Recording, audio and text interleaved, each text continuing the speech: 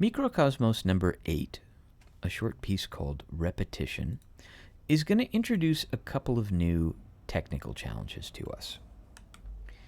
The first technical challenge it's going to introduce to us is a music reading challenge primarily.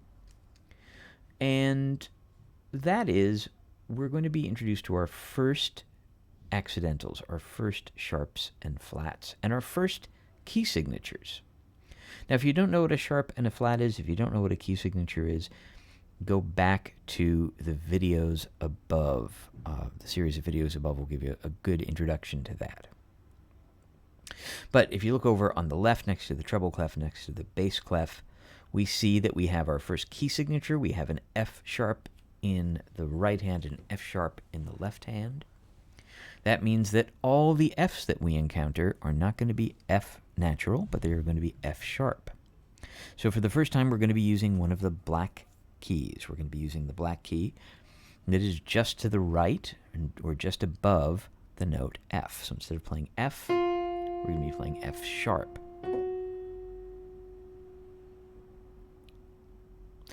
The second challenge that Bartók is going to throw our way is that he's going to be changing the hand position, both in the left and the right hand. This is the first time we've done this. So to show you that, let me first go through and let's analyze the hand position that we start out with in the beginning of the piece. So let's start with the right hand. And in the right hand, we have our first finger on E, right here. So that means that our second finger is going to be on F, but remember this F is not a regular F, it's an F sharp. So we're going to just hit that black key. That's actually a pretty easy black key to hit with our second finger. Some of the black key hand positions and fingerings will be a little bit tricky, but this one is pretty straightforward. So that our second finger will go on the F sharp. Our third finger will go on the G.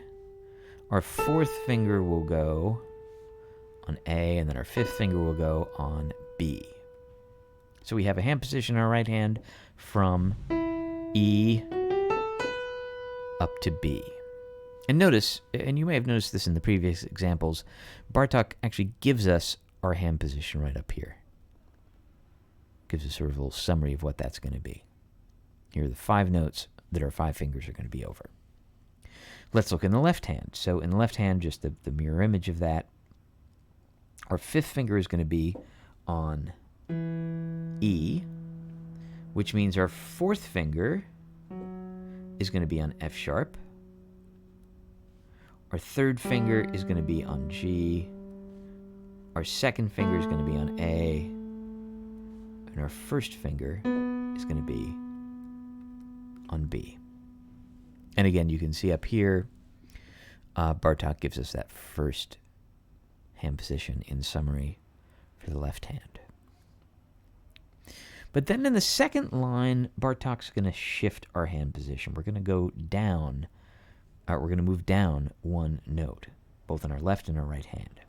So our 5th finger, which was on the B up here, is now going to be on the A, which means our 4th finger is now going to be on the G. Our 3rd finger is going to be on the F sharp, which again is not a terribly difficult black key fingering. Our second finger is going to be on the the E. And our 1st finger is going to be on the D. And you can see that summarized up here. And then same with our left hand. In the left hand, now our 1st finger, instead of being on B, is going to be on A, moving down 1 note. Our 2nd finger is going to be on G. Our 3rd finger is going to be on F sharp. Our 4th finger is going to be on E. And our 5th finger is going to be on D. So we're not moving very far. We're just moving down 1 note. And Bartók is particularly kind to us because look at this. In that point where we're shifting hand positions right here, what does he give us? He gives us 3 beats of rest. So we have plenty of time to reposition our hands and to make sure that we make it to that second half of the piece.